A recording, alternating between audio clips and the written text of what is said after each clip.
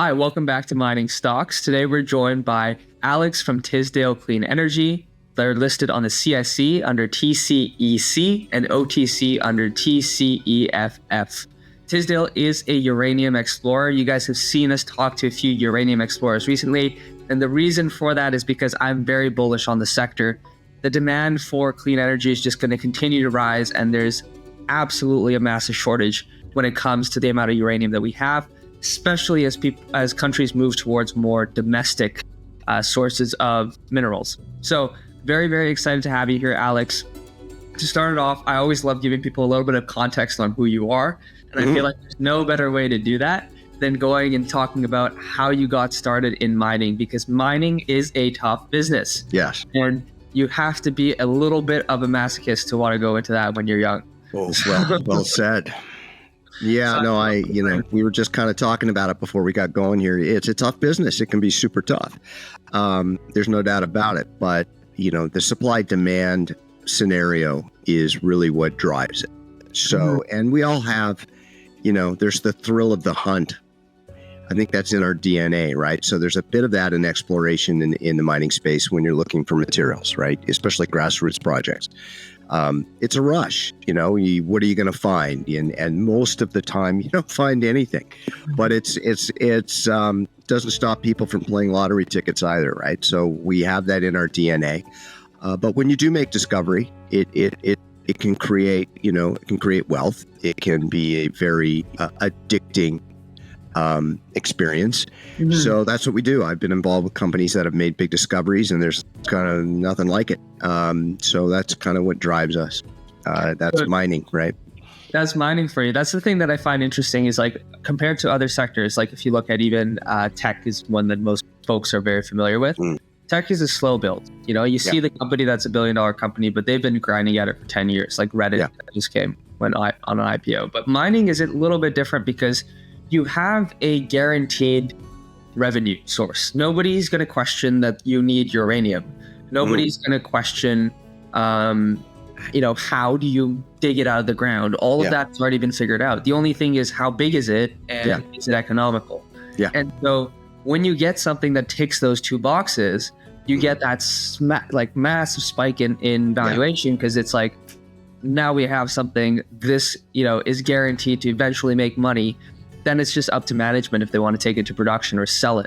But it becomes something that everybody wants. So you started out, you're telling me, in TV and media, and you got into mining. So what was that segue like? Well, I cut my teeth in television in the 80s. That's dating me a little bit, but throughout that time I worked locally in Vancouver television. I did writing and content production and some other interesting things in local TV. I parlayed that into other sort of media ventures, a little bit of film work and things like that. But right around the late 90s, we had the big .com run, and I got pulled into that because I had a media background. I ended up doing communications work for a publicly traded company that was based here in Vancouver. Had a really good 2-3 year run, and then ended up like most .coms, where you come to work one day and there's a big chain and a lock on the front doors and a bailiff standing outside. So that's my .com story. And it's funny too, because you hear the stories, right? You hear the legends of .com. The guys who started this thing did raise the money on the back of a napkin. Yeah. So it actually happened that way, but the crash and burn was something else. But so that's how I got into capital markets. Got into mining about 10 years after that. Well, maybe not 10 years, but almost 10 years. I knew someone who was involved in the mining side, and we was looking for some help with presentation and articulation of their story, and so I jumped in. And a funny 5-6 months into it, I said, I think I can run these types of companies. And he kind of giggled at me. He said, well, maybe tech, because the .com obviously was sort of the tech deal, right? And I said, no, it's really just building a team, because you don't do it all yourself. You have people around you, right? You have geologists, you have finance, you have compliance, you have legal, you have audit, you have all those people sort of around you. So it's really just being sort of the manager of a baseball team and plugging in the lineup and pushing the buttons and motivating and strategizing. So that's kind of how I got into it. And then into uranium specifically with a 2010 investment that ran like crazy before Fukushima. And then after that, I was in another uranium company, and I got to know the chairman, who had done a big $1 billion deal back in 2007 in the uranium space. And he said, why don't you come on as CEO? And I did that in 2017. So I've been in the uranium space since then. Oh, nice. So yeah, you've definitely been in the space before it was trending. Oh, it was, I felt like sometimes I was trying to sell, pencils on the street just to raise money to go to conferences. It was tough. I mean, we had $20 spot. We had $85 spot or so today, and we're still kind of struggling to get sentiment. But that'll change. But yeah, it was tough with $20 spot, let me tell you. Yeah, it's, I was just talking to someone about this the other day. It's like we had that initial run up when people realized, oh, there's a shortage of uranium. But I feel like what they haven't realized is the sheer size of the shortage, because as more and more countries are going green, more and more power plants are being set up, more and more demand for clean energy is just increasing with all these green initiatives. So it's like, yes, we're at a shortage of I think it's 20 million tons a year right now. But that's just the beginning. That's just now. That's not how it's even compounding. So I feel like that first run up was just a reaction to the current shortage. Yeah. And potentially we're going to have another reaction when people realize the sheer mass of uranium that we need. Right. Well, historically speaking, you can look back at how uranium's moved over the years, and the last big bull back in between 03 and 07 when spot ran from 7 to 140 a pound. Which was a massive run. So it doesn't go straight up. There are retracements. It's a tiered climb, which you want. It's healthy. And so we're kind of in the middle of that first retracement right now. So that panicked a lot of newbie investors or new people to the space. And they kind of backed off and said, oh, okay. But as you mentioned, the supply side is well known. The two largest producers on the planet, Cameco and Kazatomprom, both came out earlier this year and said not only did they struggle to meet 2023 production estimates, but they're going to have trouble in 24 and 25. So those are the two largest. Then you have another company like Orano, who's also having global issues. There's jurisdictional concerns in where some of their assets are, and they may have to go in and buy pounds to meet some of their contractual obligations. And then I actually saw a graph this morning that was sent to me, and I should have memorized it, but I've been busy. But it talked about the content was in regards to how many built and proposed nuclear reactors are in the pipeline. So we have a problem meeting current demand for the existing utilities, and there's no real massive supplies coming online that are going to supply what's coming down the pipe. And that's a big problem. I mean, look, everybody knows about the Athabasca Basin, which is ground zero for some of the biggest and highest grade deposits in the planet. There are only 2 functional mills in the entire basin. So if 100 million pounds, the fairy godmother showed up tomorrow, waved a magic wand and said, here's 100 million pounds to cure your ills, we still couldn't get it to the utilities, because the bottleneck in the basin is really on that production side in terms of the mills. So you're right. There will be another leg up, and it won't be from $40 base foundation like it was in 23. It's going to be more like 80, 85. So where are we going to go? 130, 140, 150? That'll be the next leg up. Yeah, that's going to be interesting to see. It's going to be very interesting to see. And I think I remember seeing that chart that you're talking about. It was something like 400 new nuclear power plants that are in the planning and production stage. And so, yeah, that's definitely gonna add to the stress, to say the least. Yeah, and listen, uranium, here's another stat for you if people like stats. There's something like 1,300 or 1,400 gold mines on the planet. There is something like 36 uranium mines. So, in production, that's just goes to show you globally, there's just not a lot of it going on. So, how are we going to get there? More supply has to come on, which leads us to little companies like Tisdale. Right.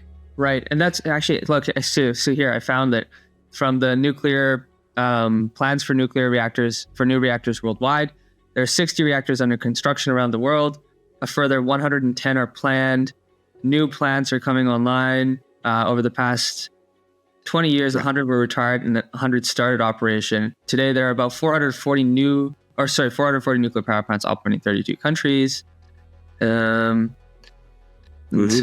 where was it? So somewhere here, I think I saw, if I just Google nuclear power plants in the planning and production phase, we can see here, okay, over 300 more proposed. Now, so it's a great idea, but we got to fuel them. They need the pellets that come from the ground, and so uranium exploration probably has never been more important than it is now, and more critical. And the nature of, say, pure greenfield exploration is unfortunately a path of 99% failure. So you find ground that looks good. It may have geological characteristics that are favorable for uranium deposition or mineralization, but finding it is not easy, and it takes capital and time. And hopefully, over the next 3 or 4 years, some of the new 100 or so uranium companies, because when a commodity gets hot, the number of companies in the space expands. That happens in every commodity, gold, copper, you name it. Yeah. So hopefully there'll be discoveries, and that's the key. Here's my challenge to you then, because I obviously reached out to you because I was looking at Tisdale, and there's a lot of like you said, there's a lot of uranium companies out there. There's a lot of folks who are out there exploring, and so why would you want to go for like an earlier stage explorer like Tisdale versus if I would just go to like a mid-tier producer of uranium? Yeah. No, listen, a good portfolio includes all options, right? So majority of a good portfolio is going to go to your steady eddies that are asset backed, the producers, the big caps, the Camecos, Denisons of the world. Then you're going to find some mid tiers. I really like Sky Harbor Resources, for example. They're a partner of ours, but they're a 90, 100 million market cap, and they are in the project generation business, but they also do their own projects. They've got a big partner in Rio Tinto, for example. And then you've got to make some space for the small plays. But the majority of the smaller plays are going to be pure greenfield. And their success rate is of making a discovery and then actually turning that discovery into, say, a deposit or an economical deposit is, that's a long, hard, arduous path. So, and the odds are stacked against you. So for greenfield, that means that they have just a feeling that there's uranium there, but they don't actually know.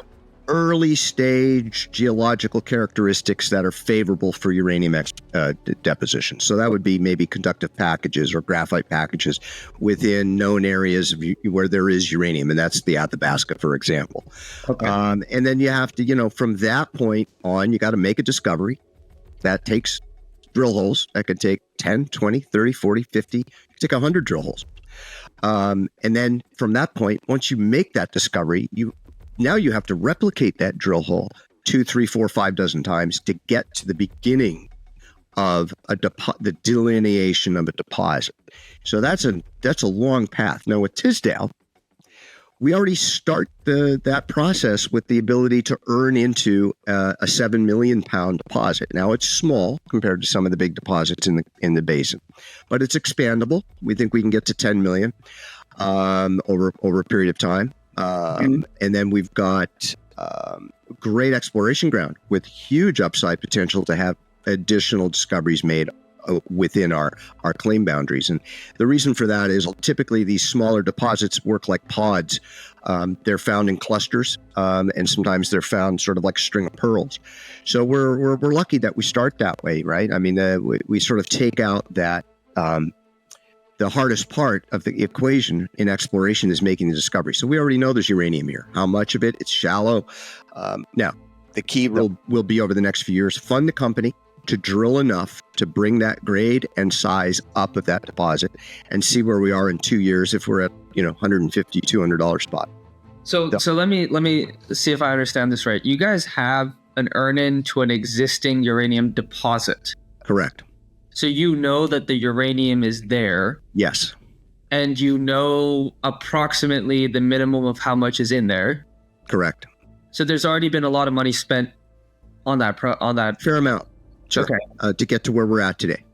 So how much uranium is in there? Like 7 million pounds. So look, the value will never match the spot price. So let's say it's $100 spot price and we have 7 million pounds. It doesn't necessarily mean you get $100 per pound credit in the ground.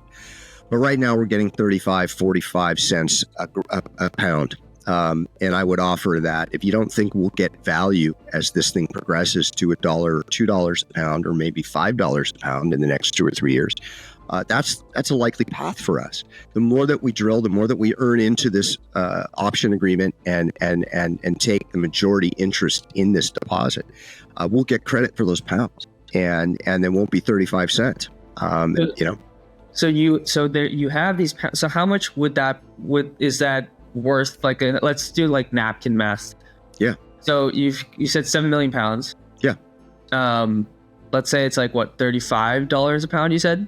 No. I mean, it's really hard to quantify what you're going to get in terms of the credit in the ground, because that's what you get. You earn credit. So here we are right now. We haven't earned anything really on the earn in with Sky Harbor yet. We're in the process of doing that. But for every dollar we put in the ground, we start to chip away and earn interest in the deposit. So at the end of the day, 7 million pounds, if it's $1 credit, that's a $7 million valuation of the company. And at this market cap, that's a little bit more than double, just about double where we are today. Yeah. So that's just at $1. That's just at $1. I mean, other things weigh into it. We're breaking it down in a really simplified manner, so I don't want to be misleading to anybody. Yeah. But certainly we can look forward to a re-rating where we get $1 or $2 credit for that earn-in. Because let me put it this way. Every single exploration company that's looking for uranium is going to have to deploy capital to get there. Now, that might be 5, that might be 10, that might be $20 million over the next 3 or 4 years to drill enough to, first of all, make the discovery and then delineate a deposit. That takes a lot of holes and a lot of capital. Now, we know where we're spending capital. It's in our deck. It's on our website. You can see the terms of the earn-in. It's a total of about $20 million. $10 million goes into work into the ground. That's drilling. And then there's about $4 million in cash that goes to Sky Harbor, and the remaining amount goes in stock to Sky Harbor, who become a big shareholder of Tisdale. Good partner to have with a big piece of the company. So the way that you look at that is simply, we know how much we're going to spend to get the majority interest in a deposit. There is no other small cap in this space that can say that. That's impossible. They don't have a deposit, and they won't even be able to map out how much they're going to spend because they don't know how much they're going to spend. They have no idea how many drill holes will get them to discovery. That's the mystery and the chase of exploration. So we are fundamentally different, where there really isn't any other company quite like us at this point. It's a bit of a curse because it's such an amazing proposition, but our market cap is so low that attracting, say, institutional investment is a little difficult at this early stage. So I think as we grow over the next year or two, we'll be able to access institutional money, which will fund the drilling needed to earn the interest. Now, the other thing is, okay, so what are you spending money on? You're actually buying pounds. That's what we're doing. By the exploration and the drilling and the earn-in on the deposit, we're actually buying those pounds for Tisdale.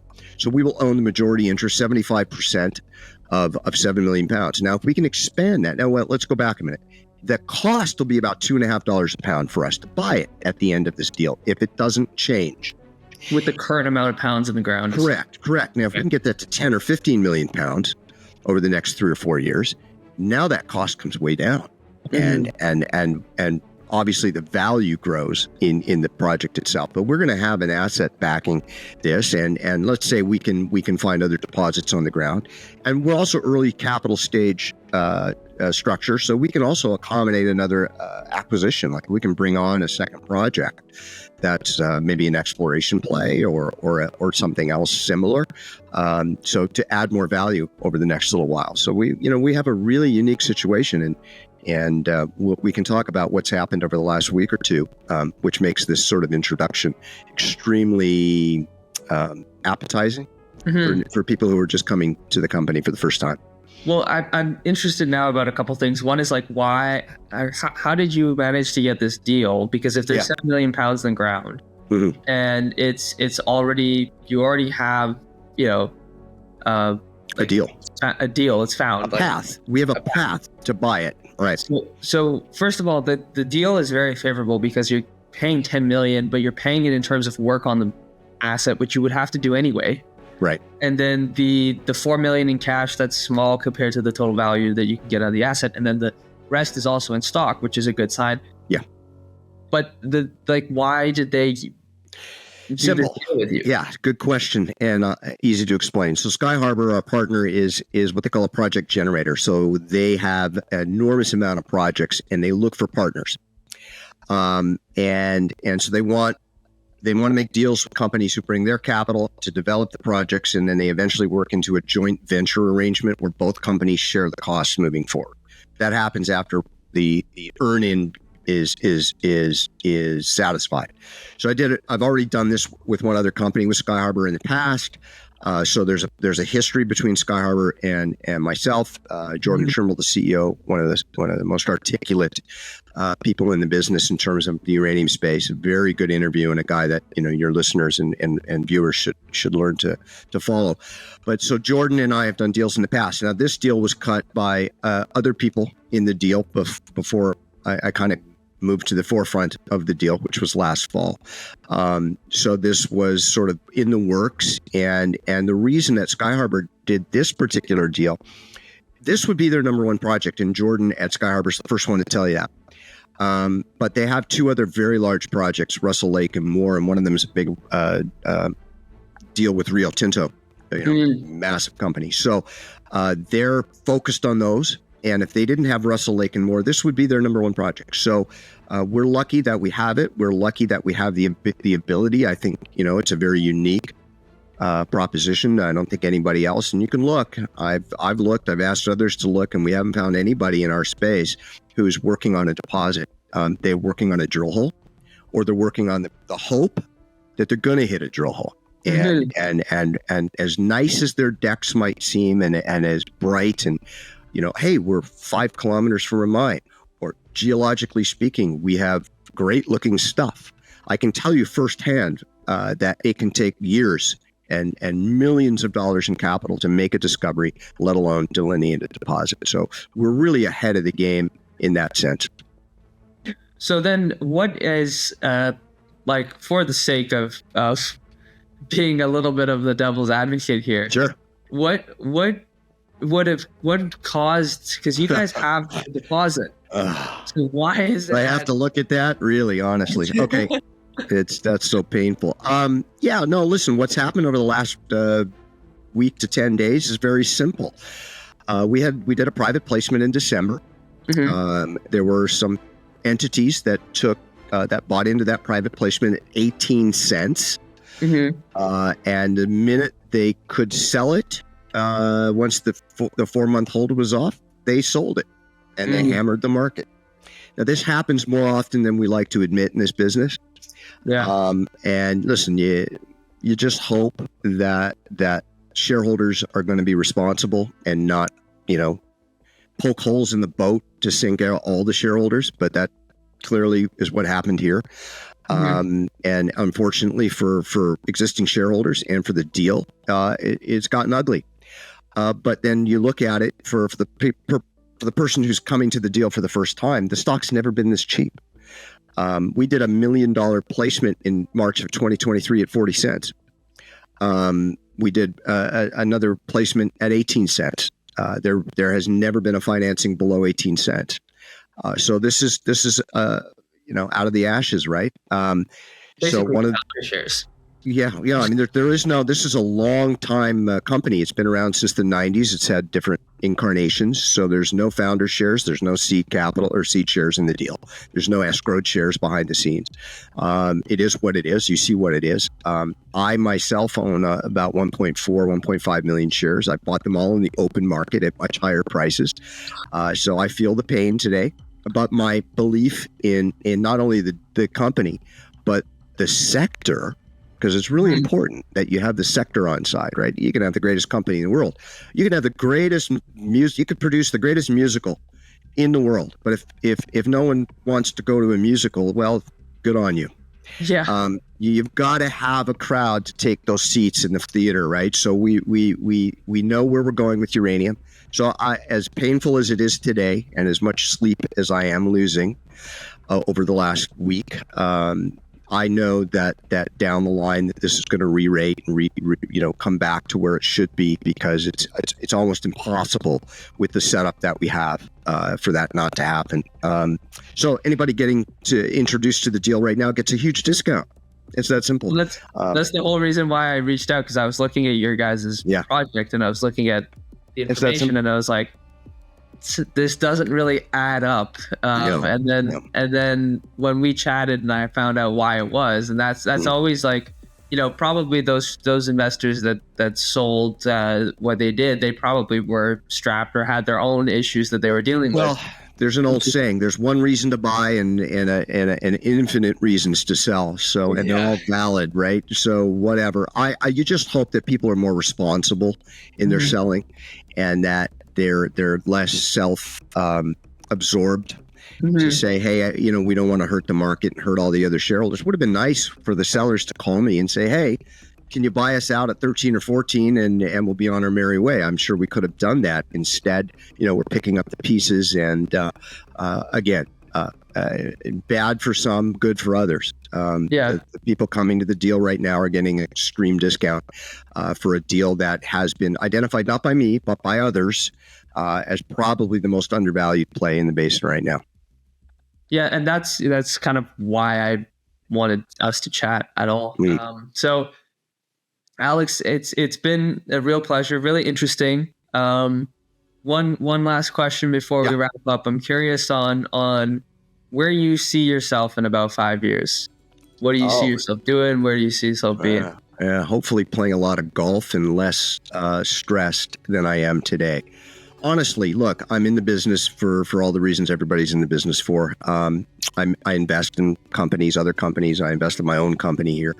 I'd like to ride it out. I will not miss the stress and the last 10 days. This type of behavior and activity I'd like to put that in the rear view. It is part of the business. You develop a thicker skin. You try to figure it out. But honestly, I've sunk a lot into this deal. I think this deal is very unique. I think it has a ton of opportunity, and otherwise I wouldn't be doing it.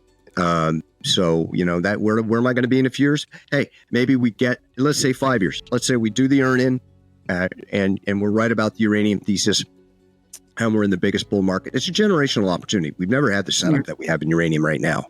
We mentioned some of the reasons why: the amount of bills, the bottlenecks in the production pipelines, and jurisdictional concerns around the planet.